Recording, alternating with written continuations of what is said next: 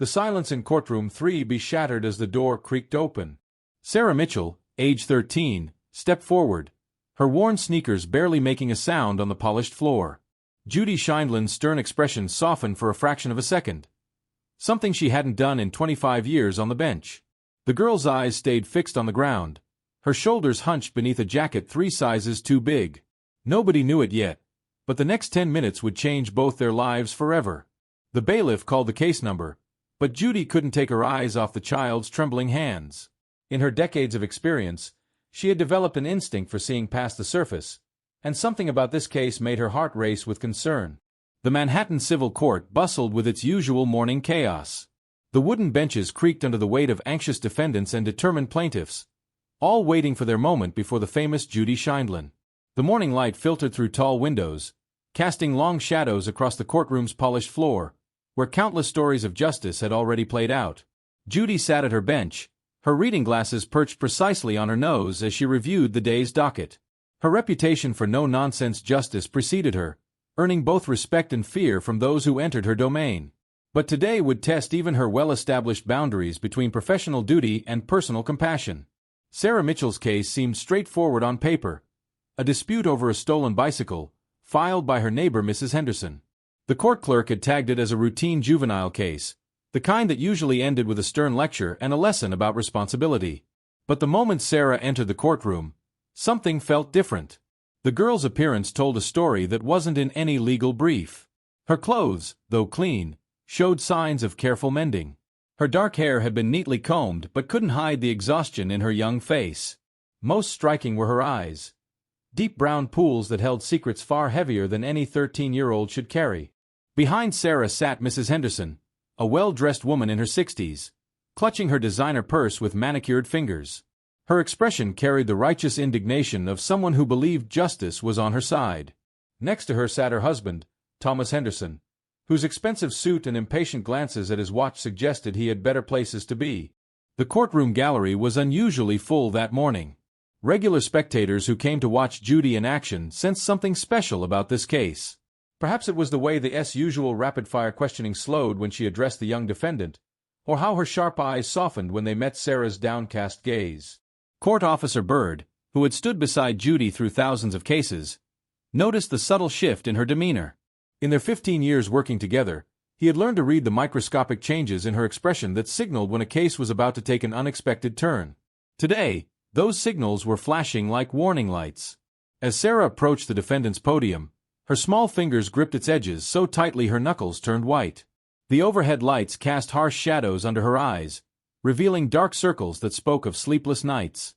Judy leaned forward slightly, her usual stern demeanor giving way to something rarely seen in her courtroom: concern. Judy opened the case file, her practiced eyes scanning the complaint.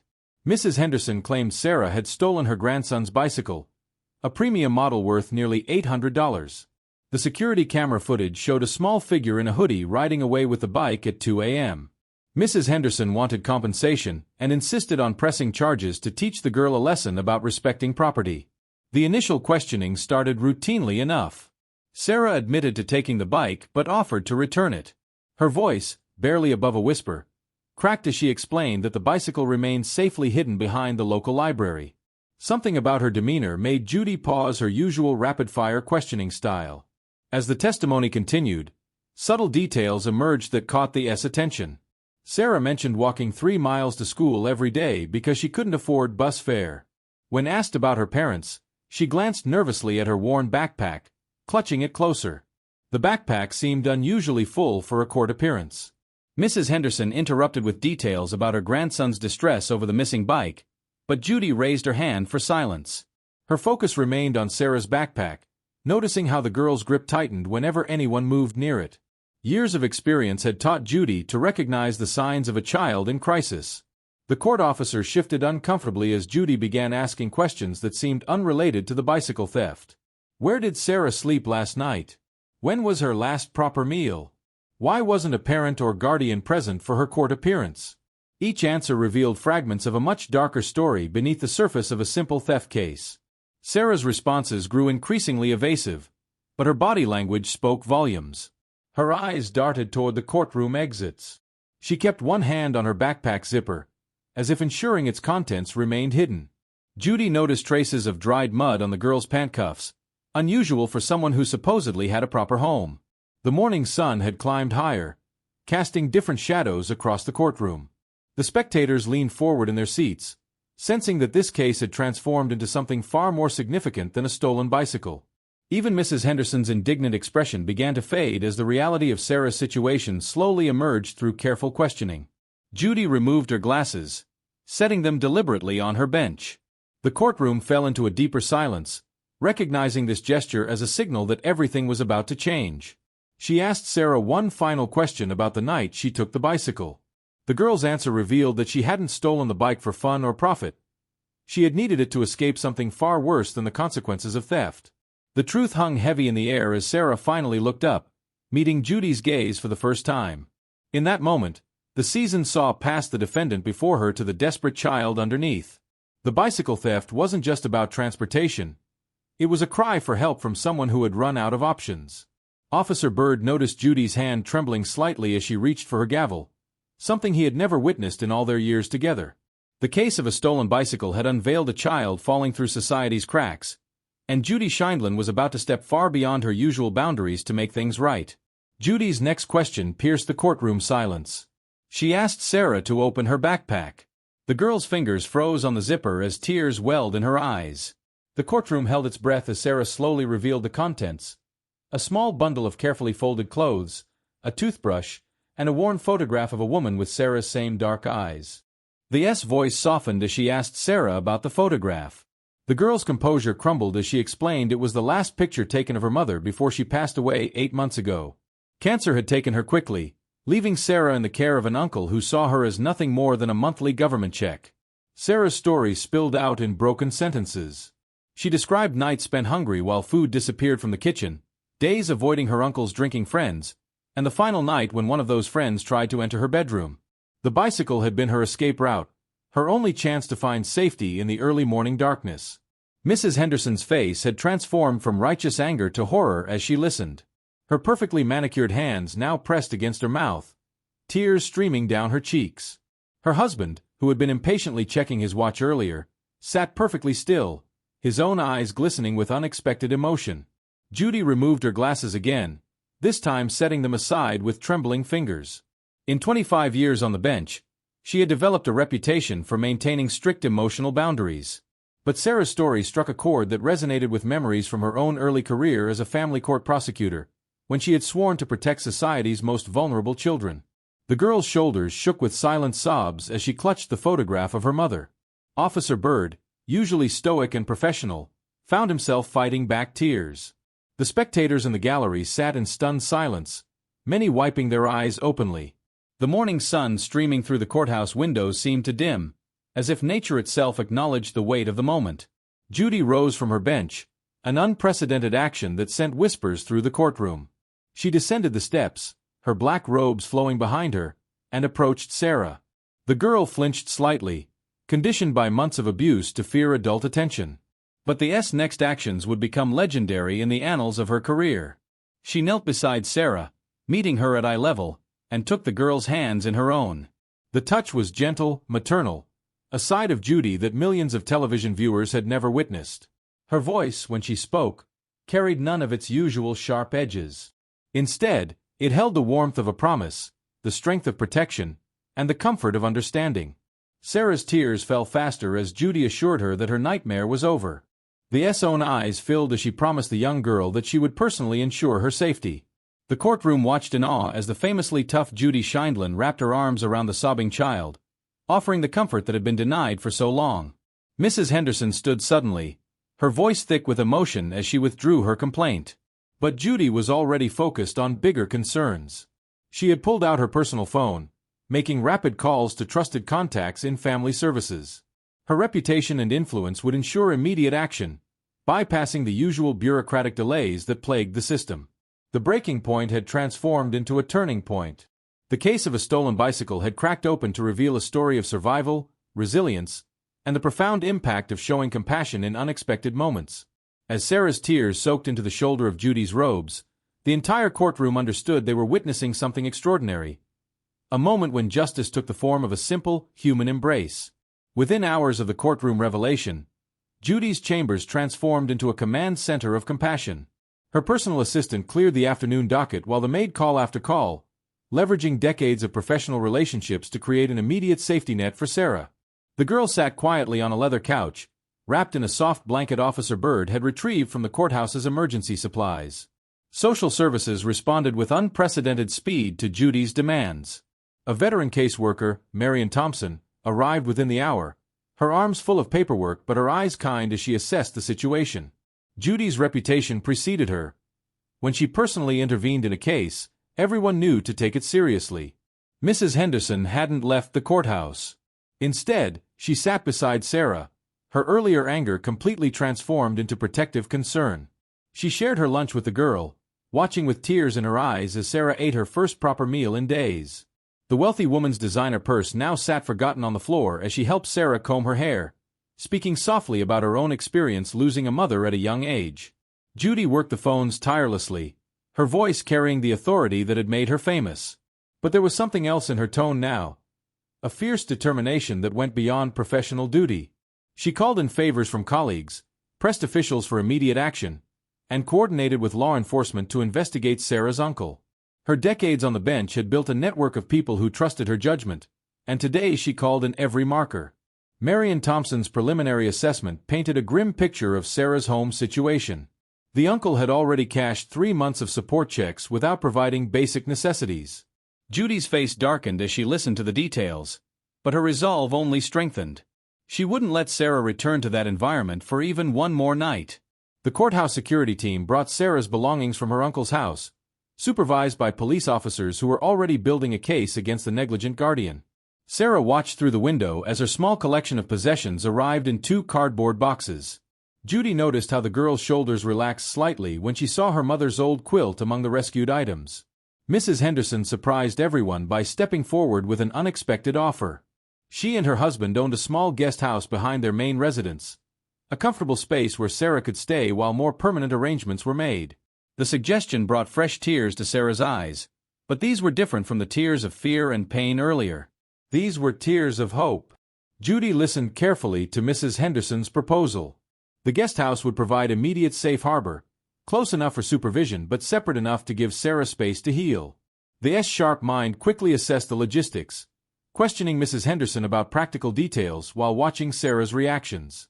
The girl's subtle nod of approval helped cement the decision. Marion Thompson expedited the emergency placement paperwork, her fingers flying over her laptop keyboard as she processed forms that usually took weeks to complete.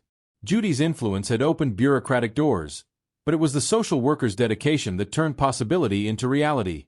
By late afternoon, she had secured temporary emergency custody arrangements that would protect Sarah while longer-term solutions were developed. Officer Byrd coordinated with courthouse security to maintain a protective watch on Sarah's uncle's house, ensuring he couldn't interfere with the removal of her belongings.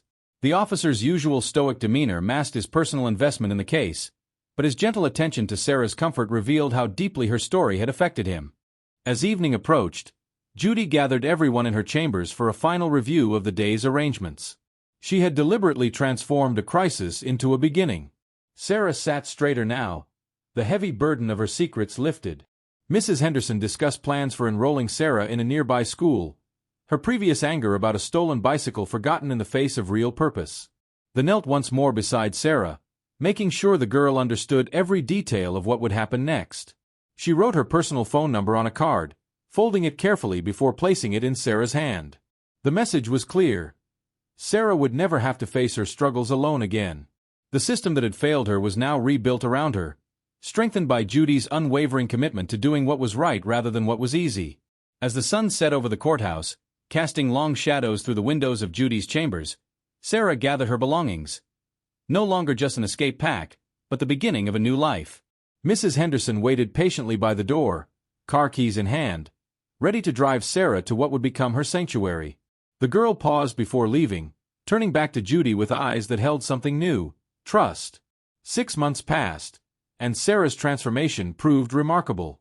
The guest house behind the Hendersons' home had become more than just a temporary shelter. It was now a space where healing flourished. Fresh curtains hung in the windows, chosen by Sarah herself in soft shades of blue that reminded her of her mother's favorite color. Her school certificates and art projects decorated the walls, each one a testament to her growing confidence. Mrs. Henderson, once the angry plaintiff in a bicycle theft case, had discovered a calling as Sarah's mentor.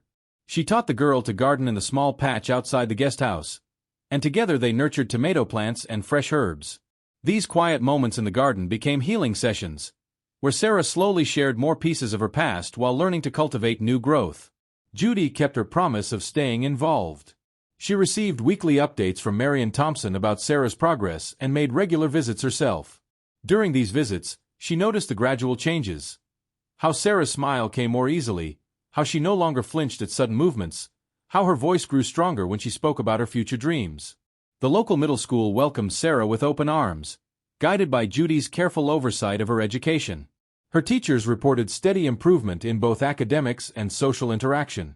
The girl who once hid in oversized hoodies now participated in the school's art club, her talent for painting becoming a new source of pride. Her first art show featured a striking portrait of Judy in her robes, captured with remarkable detail and emotion. Sarah's uncle faced consequences for his neglect, thanks to the thorough investigation Judy had initiated. The legal proceedings brought closure, ensuring that Sarah would never again be placed in his care. The support checks now went directly to a trust fund established for Sarah's future education, managed by a court-appointed guardian with regular oversight. Officer Bird maintained his protective watch, stopping by occasionally with books he thought Sarah might enjoy. He became a steady presence in her life, a symbol of security rather than authority. During one visit, he brought his granddaughter, who was Sarah's age, and the two girls quickly formed a friendship that helped Sarah rebuild trust in her peers. Mrs. Henderson's grandson, whose bicycle had started this entire chain of events, became another unexpected ally. He taught Sarah to ride properly, and together they explored the neighborhood trails on weekend afternoons. The stolen bicycle that could have led to punishment instead became a bridge to friendship and healing. Judy's influence extended beyond Sarah's immediate circumstances. The case inspired her to establish a foundation focusing on emergency intervention for at-risk youth. She used Sarah's story, with permission, to illustrate the critical importance of rapid response when children showed signs of crisis. The foundation worked to create a network of safe houses and emergency resources, ensuring other children wouldn't have to steal bicycles to escape danger. Sarah's academic progress surprised everyone except Judy, who had recognized the girl's intelligence beneath her fear. By the end of the school year, she had made the honor roll, her grades reflecting the stability and support she now enjoyed. The school counselor reported that Sarah had begun mentoring younger students who faced their own challenges at home. The transformation extended to the Henderson household as well. Mr. Henderson, initially reluctant about the arrangement, became one of Sarah's strongest advocates. He helped her with math homework in the evenings, discovering a patience he never knew he possessed. The couple's social circle rallied around Sarah, creating a community of support that filled the void left by her mother's passing. Judy arranged for Sarah to receive counseling, carefully selecting a therapist who specialized in childhood trauma. In these sessions, Sarah processed her grief over her mother's death while learning tools to build resilience. The therapist noted that Sarah often spoke about Judy, describing her as the anchor who had stopped her from drifting away completely. 1 year after the courtroom revelation, Sarah stood confidently before Judy's bench again, this time to thank her formally during a ceremony celebrating the 30 years of service. The girl who once couldn't lift her eyes from the floor now spoke clearly into a microphone, sharing her story with an audience of legal professionals and community leaders. Her words moved many to tears, but Judy's proud smile never wavered. The transformation wasn't just about safety and stability, it was about Sarah discovering her own worth. The child who had packed her belongings in a backpack, ready to run at any moment, now planted perennial flowers in her garden, planning for future springs. She kept her mother's photograph on her bedside table, but next to it stood a new picture. Sarah and Judy at the school art show, both beaming at the camera, their bond evident in their matching smiles. 3 years after that fateful day in courtroom 3B, Sarah Mitchell stood at a podium addressing her graduating middle school class. At 16, she had blossomed into a confident young woman, her dark eyes now bright with purpose rather than shadowed by fear. Judy sat in the front row beside the Hendersons, watching the girl she had saved deliver a speech about the power of unexpected kindness. The guest house had become Sarah's permanent home through a formal adoption process that Judy personally oversaw. The Henderson family had opened their hearts completely, giving Sarah the stability and love she had lost with her mother's passing. The garden they had started together now flourished with flowers and vegetables, a living symbol of Sarah's roots in her new life. Judy's Youth Foundation had grown significantly, inspired by Sarah's success story. Working with social services and the court system, the foundation had helped hundreds of children find safety and support in crisis situations. Sarah often spoke at foundation events, her story encouraging other young people to seek help and inspiring adults to take action when they noticed signs of distress. The bicycle that had once been evidence in a theft case now hung restored and gleaming in Sarah's room, transformed into art. She had painted its frame with scenes from her journey, darkness giving way to light, thorns transforming into flowers. Mrs. Henderson often brought visitors to see it, using it to explain how the smallest actions could spark profound changes in someone's life. Sarah's academic achievements had earned her a scholarship to a prestigious high school, where she planned to continue developing her artistic talents. Her portfolio included portraits of everyone who had helped reshape her life. Officer Byrd with his gentle smile, Marion Thompson surrounded by her ever-present paperwork, and the Hendersons tending their garden. But the centerpiece remained her original portrait of Judy, now hanging in the courthouse as a reminder that justice sometimes wore the face of compassion. One quiet evening, Judy visited Sarah's graduation celebration at the Hendersons' home. She found Sarah in the garden, watering the tomato plants that had become a tradition. They handed her a small package wrapped in silver paper. Inside, Sarah found a gavel, not a replica, but the actual one Judy had used the day their lives intersected. The inscription read, "Sometimes the sound of justice is a heartbeat." The story of the tough and the scared young girl had become legend in the courthouse, shared with new clerks and as an example of looking beyond the surface of each case. But for Sarah and Judy, it wasn't just a story. It was proof that sometimes the greatest judgments came from the heart rather than the law books. Their bond remained unshakable, a testament to the power of reaching out to someone in their darkest moment and refusing to let go. The true measure of justice isn't always found in legal precedents or courtroom procedures. Sometimes it appears in moments of pure human connection, when someone in authority chooses to see beyond the surface of a case to the beating heart beneath. Judy Sheindlin's encounter with Sarah Mitchell proved that the most powerful force in any courtroom isn't the law, it's compassion. That morning in courtroom 3B could have ended differently. A stolen bicycle could have led to punishment rather than protection. A frightened girl could have slipped through the cracks of an overloaded system. Instead, because one person chose to look deeper, to listen harder, and to act with courage, a life was transformed. The ripples of that decision continue to spread, touching hundreds of other young lives through the foundation inspired by Sarah's story. Today, Sarah's art hangs in courthouses and foundation offices across the country, reminding those who serve justice that every case file represents a human story waiting to be heard. Judy's gavel, now retired but more meaningful than ever, stands as a symbol that true justice requires not just wisdom and authority, but also the willingness to reach out with an open heart.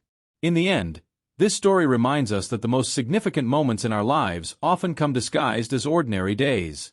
It calls us to look closer, listen longer, and act with courage when we see someone in need. Because sometimes, in the space between right and wrong, there's room for something greater, the power to change a life forever.